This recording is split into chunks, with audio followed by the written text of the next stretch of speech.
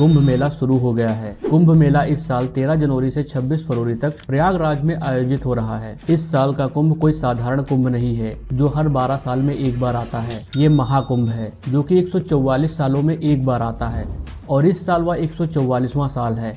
आप ये जान लो कि आपकी पिछली 3 पीढ़ियों में से ना तो किसी ने इसको अटेंड किया है और ना ही आने वाली 3 पीढ़ियां इसको अटेंड कर पाएंगी। ना जाने कितनी पीढ़ियों के गुजरने के बाद आपकी पीढ़ी को यह सौभाग्य प्राप्त हुआ है कि आप इस दिव्य और भव्य महाकुंभ का अनुभव कर पाएं। इसीलिए इस अवसर का लाभ उठाएं क्योंकि अगली बार जो है यह महाकुंभ जो है सन 2169 में आयोजित होगा। अगर अभी भी आपको ये लग रहा है कि ये कोई छोटा मोटा कुंभ है तो आप इसका अंदाजा इस बात से लगा सकते हैं कि 45 दिन चलने वाले इस महाकुंभ में 40 करोड़ श्रद्धालु आने वाले हैं। यानी कि हर दिन यहाँ पर आपको 3 से 4 करोड़ लोग देखने को मिल सकते हैं। वहीं पर पूरे उत्तर प्रदेश की जो पॉपुलेशन है 240 मिलियन के आसपास है, यानी कि 24 करोड़ है। इस महाकुंभ में पूरी दुनिया की आबादी के 5% के बराबर के लोग एक ही शहर में इकट्ठा हो रहे हैं। महाकुंभ के श्रद्धालुओं की संख्या पाकिस्तान की आबादी से 2 गुना ज्यादा है। ये इतना बड़ा आंकड़ा है कि अमेरिका और रूस के आबादी से भी ज्यादा है और खर्चा इतना है कि 6 नए संसद भवन बन जाएं। यहाँ पर राम मंदिर से भी ज्यादा खर्च किया गया है, जिसके लिए यूपी गवर्नमेंट ने 5500 करोड़ रुपए का बजट अलॉट किया है, यानी कि 120 करोड़ रुपए पर डे गवर्नमेंट खर्च करेगी। इसके अलावा 2100 करोड़ रुपए केंद्र सरकार ने अलग से दिए हैं। इस महाकुंभ को हैंडल करने के लिए यानी कि सिक्योरिटी देने के लिए जो है 37,611 पुलिसकर्मी रहेंगे। लेकिन सवाल यहाँ पर यह आता है कि कुंभ मेला इतना फेमस क्यों है? आखिर क्या होता है कुंभ मेला में? कुंभ मेला जो है दुनिया की लार्जेस्ट गैदरिंग लिस्ट में आखिर क्यों दर्ज है? तो चलिए जानते हैं इस वीडियो में बिल्कुल शुरू से।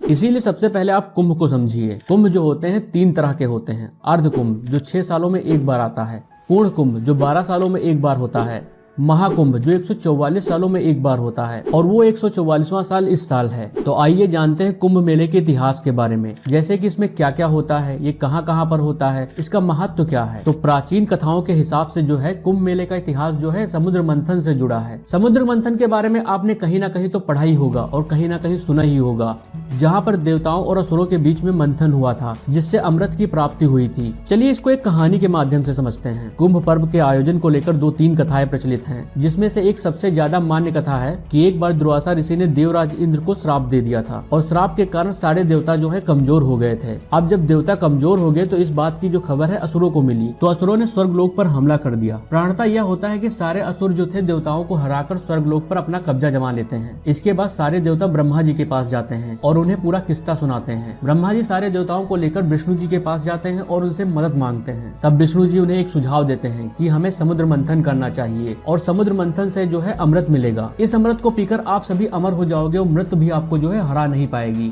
लेकिन समुद्र मंथन का काम देवता अकेले नहीं कर सकते थे, इसीलिए उन्हें असुरों की मदद लेनी पड़ी और असुर भी इस बात के लिए मान गए क्योंकि उन्हें यह लगा था कि जैसे ही अमृत निकलेगा तो वह अमृत जो है असुरों को भी दिया जाएगा। मंथन के बाद जैसे ही अमृत कुंभ यानी कि अमृत से भरा हुआ कलश बाहर निकलता है, देवताओं और असुरों के बीच लड़ाई छिड़ जाती है और इसी लड़ाई के दौरान पृथ्वी के 4 स्थानों पर अमृत कलश की कुछ बूंदें गिर जाती हैं और ये 4 स्थान थे हरिद्वार, उज्जैन, नासिक और प्रयागराज। और तभी से ये 4 स्थान जो है महातीर्थ बन जाते हैं। अमृत को पाने के लिए देवताओं और असुरों के बीच में जो युद्ध है 12 दिनों तक चला था, जो कि मनुष्य के 12 सालों के बराबर होता है। कुंभ मेला का विकास भारत की प्राचीन परंपराओं से निकल कर आया है।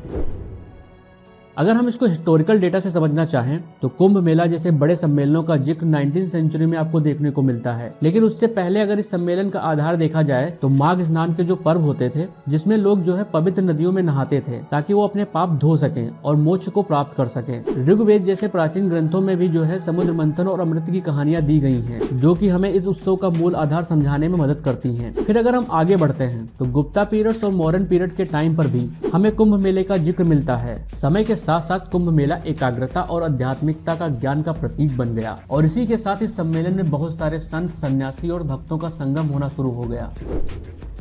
कुंभ मेला 4 पवित्र स्थानों पर होता है। पहला है प्रयागराज। प्रयागराज त्रिवेणी संगम के लिए जाना जाता है, जहां पर 3 पवित्र नदियां मिलती हैं, गंगा, यमुना और काल्पनिक सरस्वती। दूसरा स्थान जहां पर कुंभ आयोजित किया जाता है वह है हरिद्वार। यहाँ पर पवित्र नदियां पहाड़ों से उतरकर आती हैं, जहाँ पर लोग स्नान करते हैं। अपने मन और अध्यात्म की शांति के लिए गंगा नदी के अलावा हरिद्वार अपनी शांति और आध्यात्मिक ऊर्जा के लिए भी जाना जाता है। फिर आता है तीसरा स्थान जो कि है नासिक। नासिक गोदावरी नदी के किनारे स्थित है, जहाँ पर बहुत सारी धार्मिक मान्यताएं और पुरानी कहानियां हैं। वहीं पर चौथे स्थान पर आता है उज्जैन। उज्जैन जो है शिप्रा नदी के किनारे स्थित एक शहर है, जिसका धार्मिक और आध्यात्मिक इतिहास है और यहाँ पर स्नान भी लोगों के आध्यात्मिक सफर का एक हिस्सा बनता है।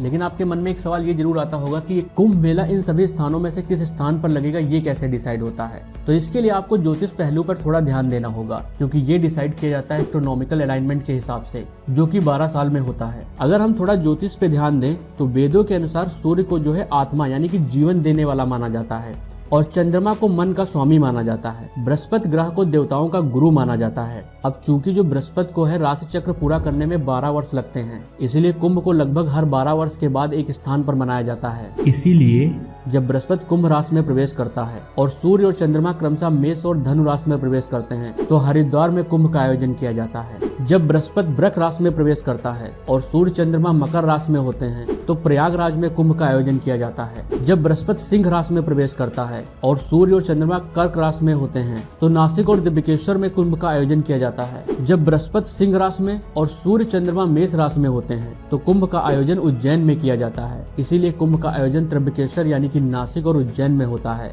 इसीलिए इसे सिंह हस्त कुंभ के नाम से भी जाना जाता है। ऐसा माना जाता है कि जब सेलेस्टियल अलाइनमेंट यानी कि आकाशीय संगणनाएं बनती हैं, तो एनवायरनमेंट जो है स्पिरिचुअल एनर्जी से भर जाता है, और इसी समय इन पवित्र नदियों के पानी को लोग अमृत मानते हैं, और इसमें स्नान करने से पापों की मुक्ति हो जाती है और मोक्ष प्राप्त मिलता है। कुंभ मेला के अलावा हर 6 वर्ष में अर्ध कुंभ भी मनाया जाता है, जो कि हरिद्वार और प्रयागराज में आयोजित होता है। इस साल से 6 साल पहले यानी कि 2019 में प्रयागराज में मनाया गया था। कुंभ मेले के हिस्टोरिकल और रिलीजियस सिग्निफिकेंस को समझने के बाद अगर हम इस बात पर नजर दौड़ाएं कि आखिरकार कुंभ मेले में होता क्या क्या है, तो यहाँ पर शाही स्नान होते हैं, गंगा आरती होती है, हवन पूजन होते हैं, और इसके साथ साथ पिंडदान भी किए जाते हैं। और इसी के साथ इस मेले में बहुत सारे मठों के संत साधु आते हैं, रिलीजियस पर्सनालिटी आती है, कथा और कीर्तन के इवेंट भी होते हैं। अलग अलग राज्यों से बहुत सारे लोग आते हैं जो अलग अलग संस्कृति को दर्शाते हैं। महाकुंभ में व्यवस्था कैसी है, महाकुंभ में किस तरह का मैनेजमेंट हो रहा है, किस तरह की तैयारी हो रही है, इसको समझने के लिए आपको 2 फोटो दिखाता हूँ। एक ये फोटो देखिए, ये अभी से 2 महीने की पहले की है और एक अभी की है। अब यहाँ से यहाँ तक कैसे हुआ और क्या क्या हुआ वो बताता हूँ। कुंभ मेला चालू होने से पहले मोदी जी ने रिसेंटली 5500 करोड़ के प्रोजेक्ट का उद्घाटन किया है, जो कि इंफ्रास्ट्रक्चर और एमिनिटीज के लिए वर्क कर रहे हैं। कुंभ 2019 में 25 करोड़ यात्री आए थे और अब की बार 40 करोड़ आने वाले हैं। कुंभ का जो पूरा एरिया है, जिसको महाकुंभ नगर बोला जा रहा है, वह पिछली बार 3200 हेक्टेयर का था और अब की बार 4000 हेक्टेयर का है। पिछली बार जो टेंट सिटी बनी थी, अब की बार डबल टेंट सिटी बनी है। टोटल 1.5 लाख से भी ज्यादा टेंट लगे हैं। जो पक्के घाट पिछली बार 4 थे, अब की बार वो 9 पक्के घाट बना दिए गए हैं। पिछली बार जो ब्रिज बनाए गए थे वो 22 बनाए गए थे, अब की बार 30 ब्रिज बनाए गए हैं। पिछली बार 300 किलोमीटर की टेम्परेरी रोड बनाई गई थी और अब की बार 400 किलोमीटर की टेम्परेरी रोड बनाई गई है। पिछली बार 40,000 स्ट्रीट लाइट लगाई गई थी और अब की बार 69,000 स्ट्रीट लाइट लगाई गई है। बिजली की दिक्कत ना हो, इसके लिए उत्तर प्रदेश कॉर्पोरेशन ने 2 पावर सब स्टेशन और 66 नए ट्रांसफार्मर लगाए हैं, जिससे बिजली की कमी नहीं होगी। यूपी जल निगम ने 1250 किलोमीटर की पाइपलाइन बिछाई है, जिसमें 85 वाटर बूथ और 200 वाटर एटीएम हैं। टोटल 1.5 लाख टॉयलेट बनाए गए हैं, जो कि अमेरिका की तुलना में महाकुंभ में 300 गुना ज्यादा पब्लिक टॉयलेट हैं, और इसके लिए 10,000 सफाई कर्मी 24 घंटे तैनात रहेंगे। पिछली बार जब आप कुंभ मेले में गए होंगे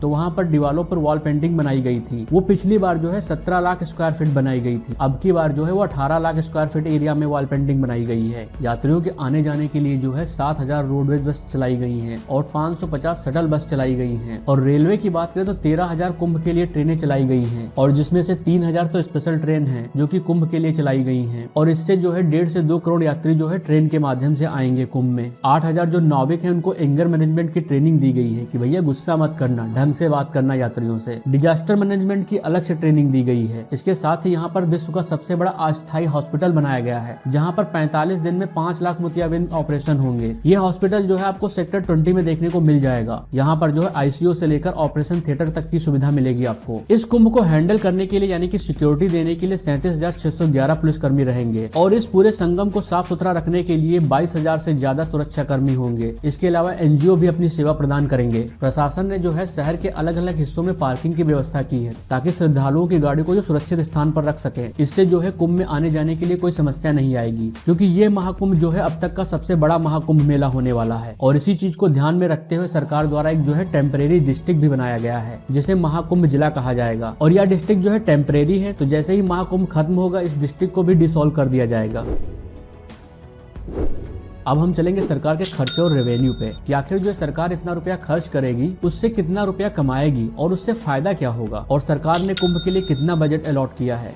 2022 में 621 करोड़ रुपए अलॉट किए गए थे, उसके बाद 2023 में 2500 करोड़ रुपए और उसके बाद रिसेंटली 2500 करोड़ रुपए अलॉट किए गए। तो टोटल 5600 करोड़ रुपए जो है यूपी गवर्नमेंट ने दिए और 2100 करोड़ रुपए केंद्र सरकार ने कुंभ के लिए दिए। 2013 में जो कुंभ हुआ था उसमें यूपी गवर्नमेंट की इनकम हुई थी 12,000 करोड़ रुपए और अब की बार एक्सपेक्टेशन की जा रही है कि 25,000 करोड़ रुपए की रेवेन्यू होने वाली है यूपी गवर्नमेंट की मात्र 45 दिनों में। लेकिन अब यहाँ पर एक ये सवाल आता है कि इससे सरकार पैसे कैसे कमाएगी। तो देखो, सबसे पहला तरीका है जीएसटी।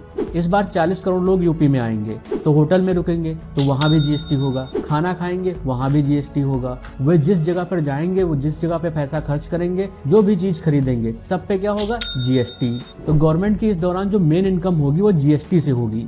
सेकंड पर आता है लैंड। यूपी गवर्नमेंट की जगह है, जगह लीज पर दी जाएगी, रेंट पर दी जाएगी। जो बड़ी बड़ी कंपनियां हैं वो वहां पर अपने इंस्टॉल लगाएंगी तो जगह को है रेंट पे लेंगी। होल्डिंग्स जो है रेंट पर ली जाएंगी, टेंट जो है वो रेंट पर लिए जाएंगे तो इन सर्विस के पैसे लेंगे। जो ट्रांसपोर्ट की बसें लगेंगी उससे इनकम होगी, पार्किंग फीस से इनकम होगी, रख रखाव की फीस जो कलेक्ट करेंगे वो इनकम, लाइसेंसिंग, जितने भी वहाँ वेंडर दुकान डालेंगे उनको वेंडर परमिट, खाने पीने की चीजें लेंगी, फूड लाइसेंस, ये भी कमाई है। लास्ट में एक होता है स्प्लिट इफेक्ट। अब ये स्प्लिट इफेक्ट क्या होता है, तो इसको आप ऐसे समझ सकते हो, कोई बंदा है जो गुजरात में रहता है और वो जो है महाकुंभ मेले में आ रहा है। महाकुंभ घूमने के बाद वो सोचता है कि महाकुंभ तो आ ही गए हैं, बगल में राम मंदिर है, अयोध्या चले जाते हैं, चलो इधर तो आ ही गए हैं तो बगल में काशी है, वहाँ चले जाते हैं, चलो यार यहाँ तक आ गए हैं तो मथुरा वृंदावन ही घूम लेते हैं। तो अब इससे होगा क्या, यूपी की जो बाकी टूरिज्म स्पॉट हैं वहाँ पर भी इन लोगों की संख्या बढ़ेगी और जो ये जीएसटी है जो ऊपर मैंने सारी आपको इनकम बताई है वो यहाँ पर भी लगेंगी तो इससे भी इनकम होगी। तो इससे जो है गवर्नमेंट को 25,000 करोड़ का रेवेन्यू मिलेगा और जो यह पूरा ट्रांजेक्शन है इससे पूरी इकोनॉमी में जो है 2 से 3 लाख करोड़ की जीडीपी ऊपर जाएगी। तो यह तो मोटा मोटी हो गई गवर्नमेंट की कमाई जो की जाएगी सीधे एक सरकार के खाते में, मतलब की यूपी गवर्नमेंट के खाते में। तो गवर्नमेंट इनकम के बाद अब देखते हैं कि पब्लिक सेक्टर के वो कौन से सेक्टर हैं जिनमें जो सबसे ज्यादा मोटी कमाई होगी। तो सबसे बड़े कुछ सेक्टर्स के नाम लेता हूँ जिनको कुंभ मेला में जो है विशेष फायदा मिलने वाला है। पहला है होटल। तो लोग आकर होटल में रुकेंगे जिससे होटल जो है जैम पैक्ड रहेंगे। फिर जो टेंट कंपनीज हैं जो टेंट प्रोवाइड करती हैं, टेंट भी फुल रहने वाले हैं। तीसरा है रेस्टोरेंट। फिर उसके बाद जितने लोग आएंगे वो भूखे तो रहेंगे नहीं तो वो रेस्टोरेंट खूब चलेंगे। तो पक्के रेस्टोरेंट भी चलेंगे, ढाबे भी चलेंगे रास्ते में आने वाले हाईवे पर, और वहाँ पर जो स्ट्रीट वेंडर घूमते हैं जैसे कि चाट पकौड़ी वाला, बतासा पानी पूरी वाला, भेल पूरी वाला, ये सब भी खूब कमाएंगे। फिर वो स्ट्रीट वेंडर जैसे कि चाय की स्टॉल, पूजा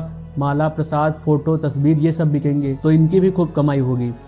उसके बाद एयरलाइंस कंपनी की भी रेवेन्यू बढ़ेगी क्योंकि फ्लाइट जो है सब खूब फुल चलेंगी, उसके किराए के प्राइस भी बढ़ जाएंगे। कुंभ मेला शुरू होते ही प्रयागराज के लिए जो फ्लाइट्स हैं उसमें 162% का जंप देखने को मिला है। सीधी सी बात है, डिमांड एंड सप्लाई की वजह से एयरलाइन कंपनीज जो है प्राइस बढ़ाएंगी ही।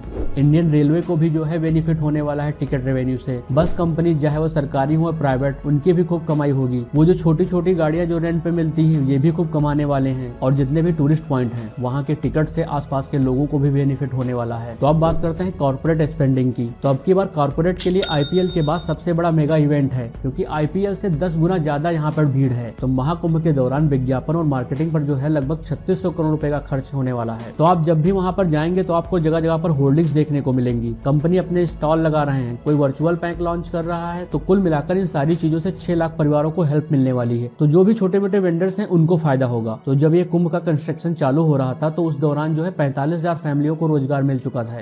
तो ये जो कुंभ है आपकी आध्यात्मिकता तो इम्प्रूव करता ही है, साथ में अर्थव्यवस्था को इम्प्रूव करता है, रोजगार देता है, रेवेन्यू देता है। कुल मिलाकर इससे आपके पाप तो धुलते ही हैं और ना जाने कितने पुण्य का उदय होता है। तो दोस्तों, कुंभ मेला एक त्योहार ही नहीं, ये भारत की संस्कृति, भारत की आस्था और भारत के इतिहास को दर्शाता हुआ एक जीवंत प्रतीक है। ये कुंभ मेला भारत के लिए ही नहीं पूरे विश्व के लिए एक मिसाल है कि कैसे लोग एक साथ एक सूत्र में बंधकर एक आस्था का प्रमाण देते हैं। तो आप में से कितने लोग इस बार कुंभ मेले में जा चुके हैं या फिर जाने वाले हैं, कमेंट सेक्शन में जरूर बताइएगा। और इसके साथ ही अगर आपको इस वीडियो की स्क्रिप्ट की रिसर्च चाहिए तो आप मेरा टेलीग्राम ग्रुप ज्वाइन कर सकते हैं। और हाँ, इस वीडियो को बनाने के लिए बहुत रिसर्च करनी पड़ी और बहुत ज्यादा टाइम लगा है। तो चैनल को सब्सक्राइब करना मत भूलना। मिलते हैं अगली वीडियो में, तब तक के लिए थैंक यू सो मच।